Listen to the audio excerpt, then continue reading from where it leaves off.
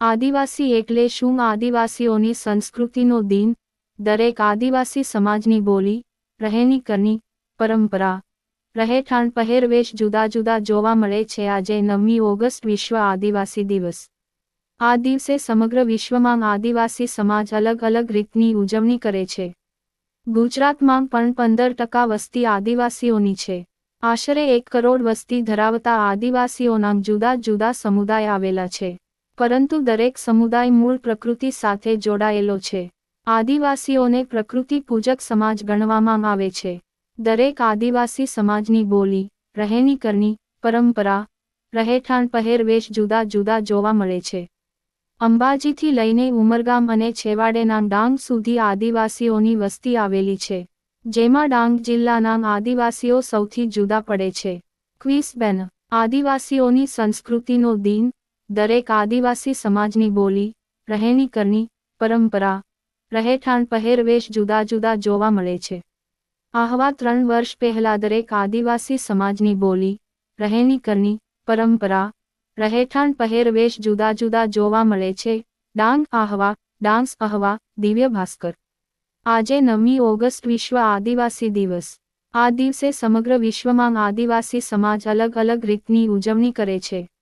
ગુજરાતમાં પણ 15% વસ્તી આદિવાસીઓની છે. આશરે 1 કરોડ વસ્તી ધરાવતા આદિવાસીઓના જુદા જુદા સમુદાય આવેલા છે. પરંતુ દરેક સમુદાય મૂળ પ્રકૃતિ સાથે જોડાયેલો છે. આદિવાસીઓને પ્રકૃતિ પૂજક સમાજ ગણવામાં આવે છે. દરેક આદિવાસી સમાજની બોલી, રહેણી કરની, પરંપરા, રહેઠાણ, પહેરવેશ જુદા જુદા જોવા મળે છે. અંબાજીથી લઈને ઉમરગામ અને છેવાડેના ડાંગ સુધી આદિવાસીઓની વસ્તી આવેલી છે. જેમાં ડાંગ જિલ્લાના આદિવાસીઓ સૌથી જુદા પડે છે.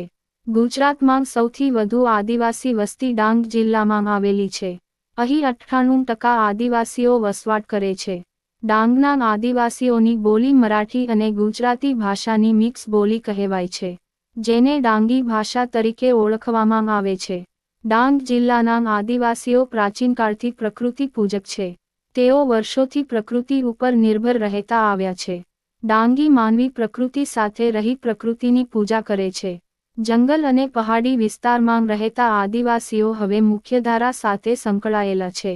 તેઓનો રહેઠાણ અને પહેરવેશ આજદિન સુધી બદલાયેલો નથી. સાથે તેઓની વર્ષો જૂની સંસ્કૃતિ આજે પણ જળવાઈ રહી છે. આદિવાસીઓના વર્ષમાં અનેક તહેવારો ઉજવાય છે અને પ્રસંગોપાત તેઓ પોતાના સંગીત, વાદ્યો અને નાચગાન કરતા રહે છે. ડાંગના આદિવાસીઓનું ડાંગી નાચ ખૂબ જ પ્રખ્યાત છે. આ ઉપરાંત ઠાકરિયા નાચ, પાવરી નાચ, કાહલિયા નૃત્ય વગેરે. આ દરેક નૃત્ય કે કથામાં તેઓ પોતાના જાતે બનાવેલા સંગીત વાદ્યોનો ઉપયોગ કરે છે. જેમાં થાળી વાદ્ય પણ ખૂબ જ પ્રખ્યાત છે.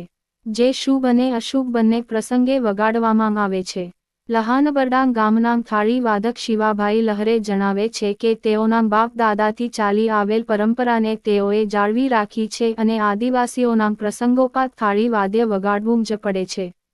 સાથે ડાંગનું પાવરી વાદ્ય પણ આજે દેશ વિદેશમાં જાણીતી બન્યું છે. વડાપ્રધાન નરેન્દ્ર મોદીને પણ આ વાદ્ય ખૂબ જ પસંદ છે. તેઓ ગુજરાતના તત્કાલીન મુખ્યમંત્રી હતા. તે સમયે ડાંગથી બહારના જિલ્લાઓમાં તેઓએ ડાંગી નૃત્ય અને પવારી વાદ્યને પ્રોત્સાહન આપ્યું અને આજે દેશમાં આવતા આંતરરાષ્ટ્રીય મહેમાનોના સ્વાગત માટે ખાસ ડાંગી નૃત્યનું આયોજન કરવામાં આવે છે. જંગલમાં વસવાટ કરનાર આદિવાસી જંગલના પ્રાણીઓની પણ પૂજા કરતા હોય છે.